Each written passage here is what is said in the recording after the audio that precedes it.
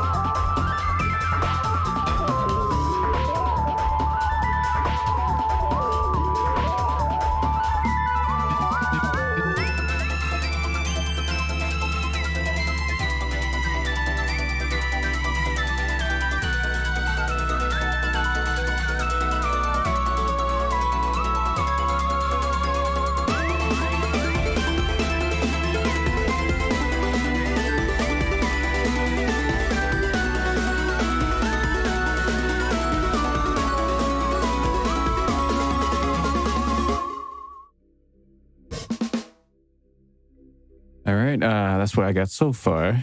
Man, hold on, give me 1 second. Okay, trying to, I'm trying to recover the recovery stream for my restream because they're asking for it.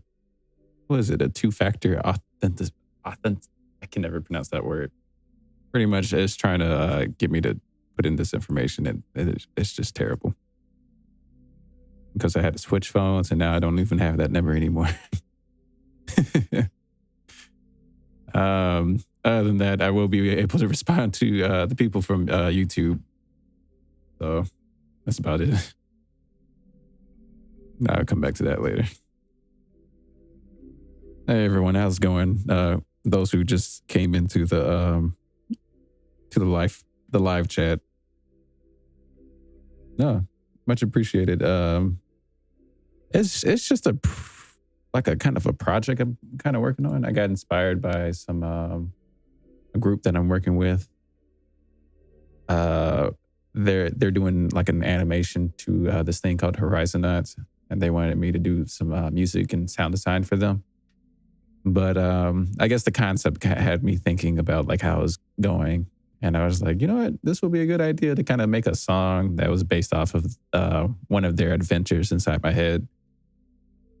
And so I had this kind of like thought where it was What if they were kind of like getting away from, the gang is getting away from a heist on a space train that went from like the edge of the universe to the other edge of the universe. So they see everything in between. And I guess the breakdown would be like, it kind of takes a shortcut into a kind of like a wormhole. And, it just kind of gets this little epic, unknowingly adventure feeling right here. And then they come out from the other side right here. So that's practically what's going on here. And then they just, viewing and witnessing all different kinds of stuff. So that's what's going on in my head as I'm making this right now. All right, so right now, I'm in the understandings. I'm trying to see if I need to fix anything. I really do like the synthesizer. It definitely feels like the spacey sound. Hold on, let me get my keyboard working again. No, what's happening? Oh.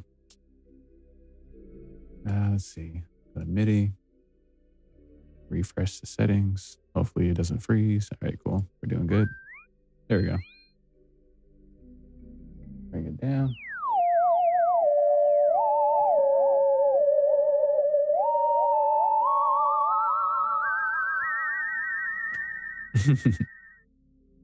It's a very spacey synth. Let's see. Actually, I should put these on its own track right there. Before I go too far, I need to be able to mute some of these things. Okay. So now, the drums, I was just thinking of what is it? 2x2 pattern. And I have that kind of fused with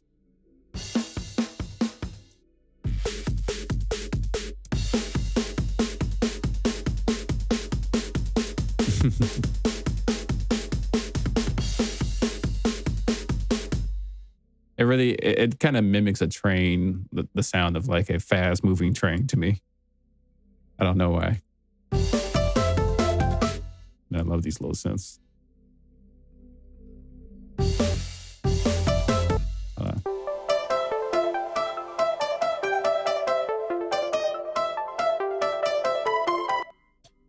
What you should know about my actual style of writing music is I gain a lot of inspiration from listening to like circus type music, or how some circus music has this weird rhythmic bounce, I want to say. It's like, I don't know how to really explain it, but it has this kind of like fun style to it. And it usually has these like slip notes where, they would, like they kind of like go chromatically on certain ends. So I kind of, you can kind of see like on that note right there.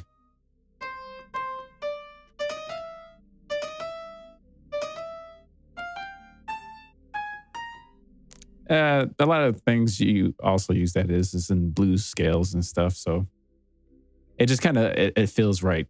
That's the best way I can explain it.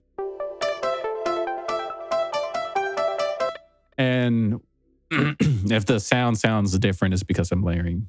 I'm always layering to make a different sound. We got the piano, and then we got this little synthesizer. And together.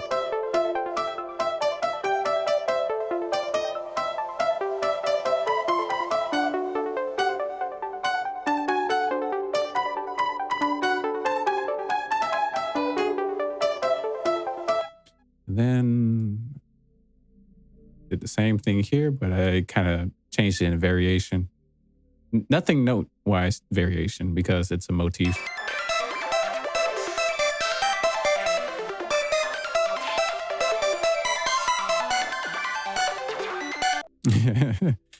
This is another sound I actually do like, this one. Let me just go ahead and get rid of this. I don't need that. That was merely just to help write a structure. Not really necessary. About this. It's literally it's all just happening from this instrument. And I'm just like, a lot of people don't know what to do with stuff like that, but I kind of use that as textural sound effects for like just.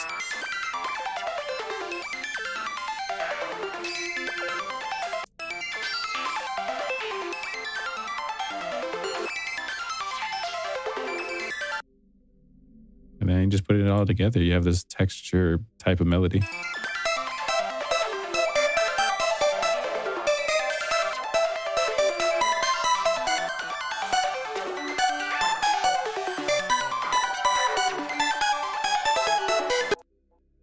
And then after that part, we go into this little black hole type of vision board I have going on. So it was already.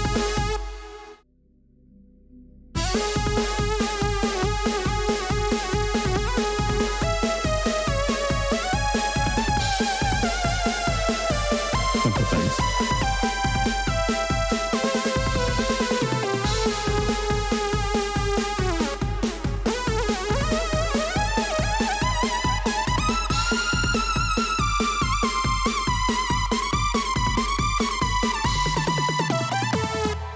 Yeah, see, there I go again with that little circus melody thing I was talking about.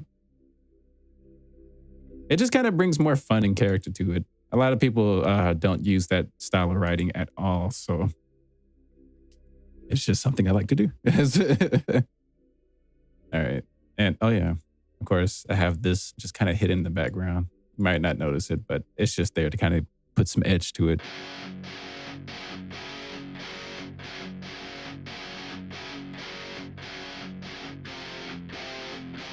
It's literally that simple. Then you have this little orchestra thing. This is good for just sketching in betweens, not to actually sketch melodies. Like it's good just to have it in, like filled in the background. That's about it.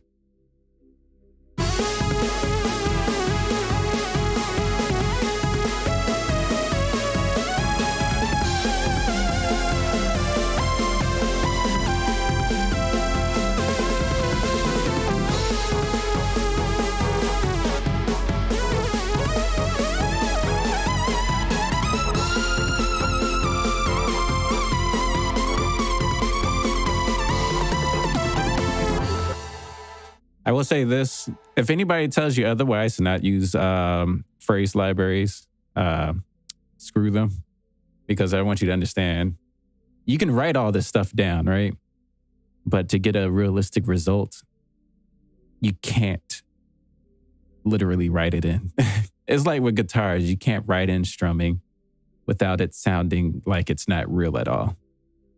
So, you know, that's why they have kind of like phrase libraries to capture the in-betweens. And yeah, I don't know any musicians to really just ask them to do it. So I have to rely on like phrase libraries to kind of help me somewhere in between of getting a realistic performance, but also having them to play something I kind of want. So that's pretty much what phrase libraries are. It's just the equivalent of saying, hey, I need you to play this piece for me.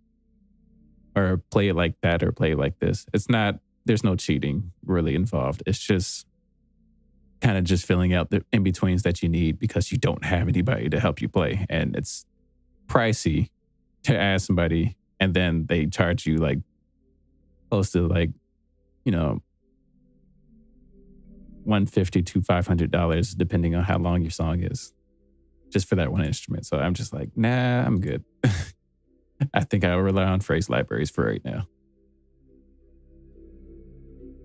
All right, so let me continue the song. I guess I'll show you this part and then I shall continue writing. And I might get a little silent. Yeah.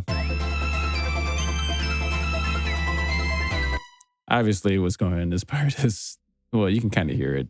I have a guitar, that phrase library I was talking about.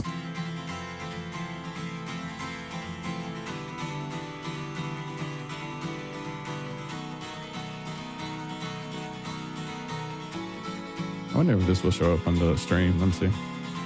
No, it won't. Will it? I'm still waiting for the stream, looking at it. Yeah, it does. Well, that's what I'm using for that. And let's see. Of course, you got... And pretty much with these synthesizers, you can kind of just like... just kind of modulate certain things to kind of make them move in terms of sound and just have them kind of like pitching up. That's what this little wave thing is right here. So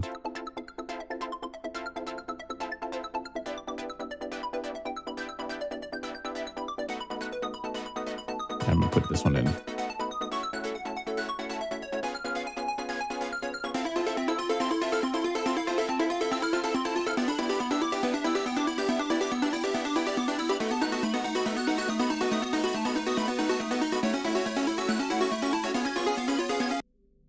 And just kind of rise into the other sounds. This is important right here, actually, because when I was writing the melody, it felt like there was something missing. So, okay, this is, I think, the instrument I started off with. Yep.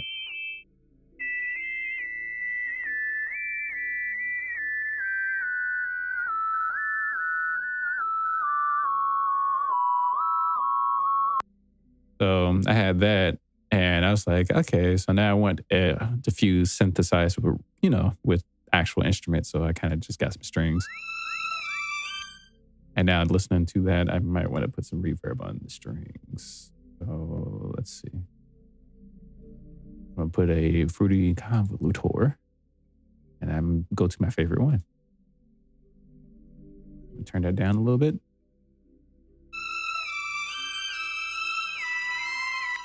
And I'm gonna do the same thing with this one. Let's see.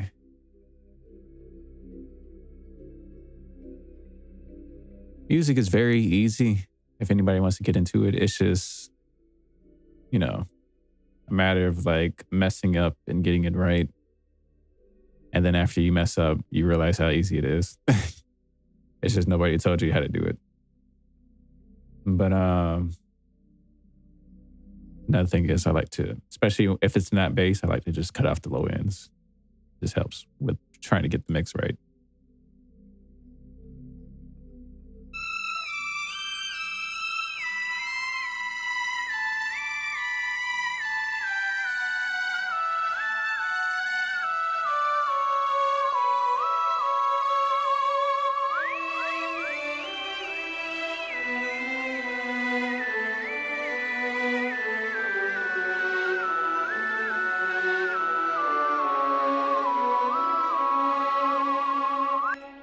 Okay, so we got that, and it was missing something, and it was literally just a small bell sound. I was going to use a glockenspiel, but then I was like, what if I use a glockenspiel type inspired synthesizer? So I just found one on, one of these synthesizers, which was the Celestia on this one.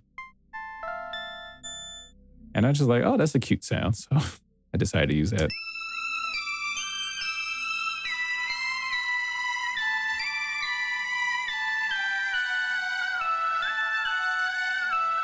Now it sounds more spacey.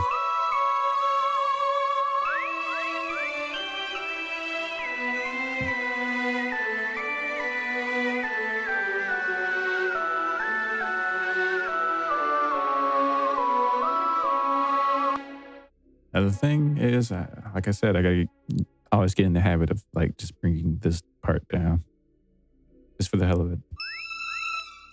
And now oh yeah, this is the bass.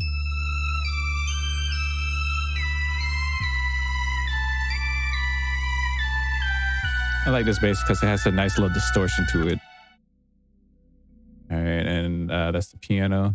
That's just gonna back up the melody, and the guitar is kind of back up with the synths. And then pretty much practically it for this part. So it's all together with all these sounds. It would kind of sound like this.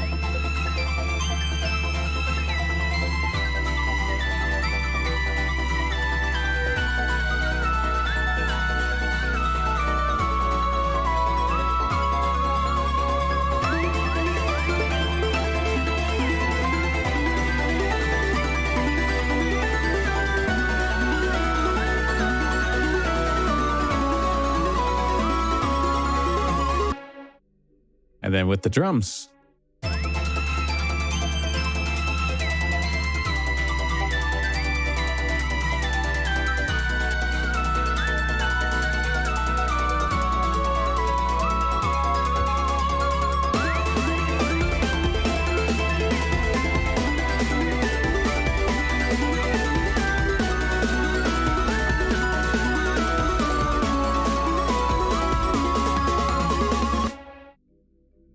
And that's practically how this song is kind of just going. All right, time to remove my filter so I can keep on going. Let me see what you guys were saying. I'm sorry if I haven't been reading anybody's stuff yet. Let's see.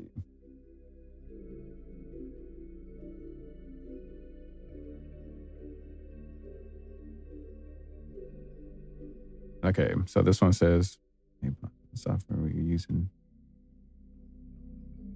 The software I'm using, this is pretty much FL Studios. It's when I first got into FL Studios, it was very well, people would downcast it to the pits of hell and says, "Oh, you use FL Studios? Why is it not Pro Tools? Or why is it not Logic or any stuff like that?" I'm just like, come on, man, don't be like that. And it's funny because FL Studios was literally this underdog, and then it started getting bigger and bigger with all these new features and stuff. And now people was like, all right, FL Studios is like the best way to go now. And it's funny because I don't know if it's still looked down upon, but I could practically do anything else that everybody else is doing. I really don't understand the difference between FL and Pro Tools and Cubism and all that stuff. It's as long as I get the work out and make it, modulate as much as I want to. It's no different. In fact, it's kind of easier for me to look at this than to look at everything else that I have seen before previously. So it's my opinion, but I kind of like FL Studios. How to get my stuff on Spotify? I mean, how to get your stuff on Spotify? Well, what I do, there's many ways to kind of get your stuff out and distribute it. Example, the first time I did it was using 1RPM. And the cool thing about 1RPM is they do it for free, but they also take the 15% out of any revenue that you get going on. And that's fine. That's perfectly fine. That doesn't bother me at all. For a person who makes nothing or who made nothing from what he was doing, literally, I was doing just work for free, right?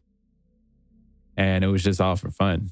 And, you have your family's like, well, you should get paid for it. So I decided to find something that was free for me to use. It was pretty much like the Wix for websites, but this was for like the Wix version of,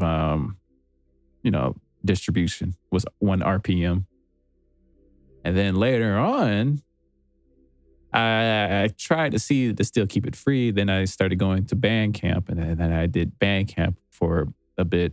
And I still use Bandcamp because, one, it's very easy for people to just get my music, and the whole transaction is just very easy. It doesn't have to go through too much. Yeah, they take the 15%, but I could at least name my price. Another thing was right after that, I found out that SoundCloud has been doing some extra stuff. And they said, hey, we now distribute your music as you post them. But, since you're already paying for, what was it? Pretty much the premium stuff, which is like $16 a month or so. They have this thing called Repost. And so you just put your music on SoundCloud and then you go to Repost. And then what it does is it just throws it out to every platform for free. Kind of. I only say free because it's just a free with, the whole thing. You're still paying $16. But if you make money off of, with, putting it on SoundCloud and actually throwing it out to almost every distributed market out there, you can pretty much just make up the money and just have that to recycle itself, which I have been doing. So repost is really good, and it'll kind of pay for itself eventually when you start making money from it.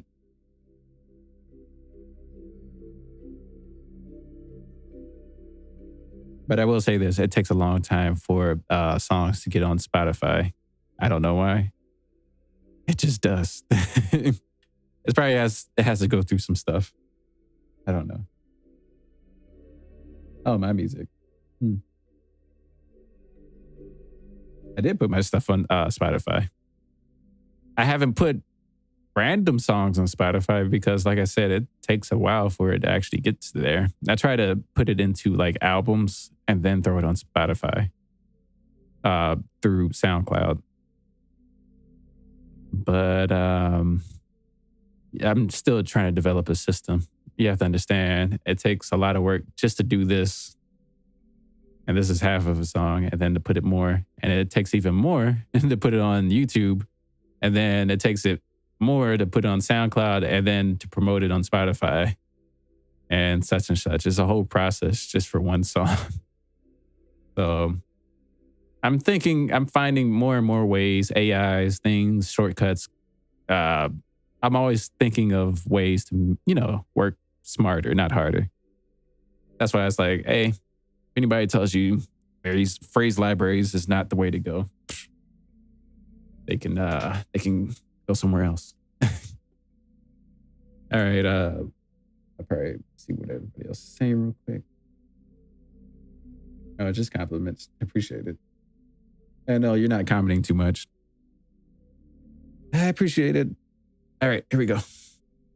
I'm going to stop talking now until later on. So I'm just going to be working on this song for the hell of it. Here we go.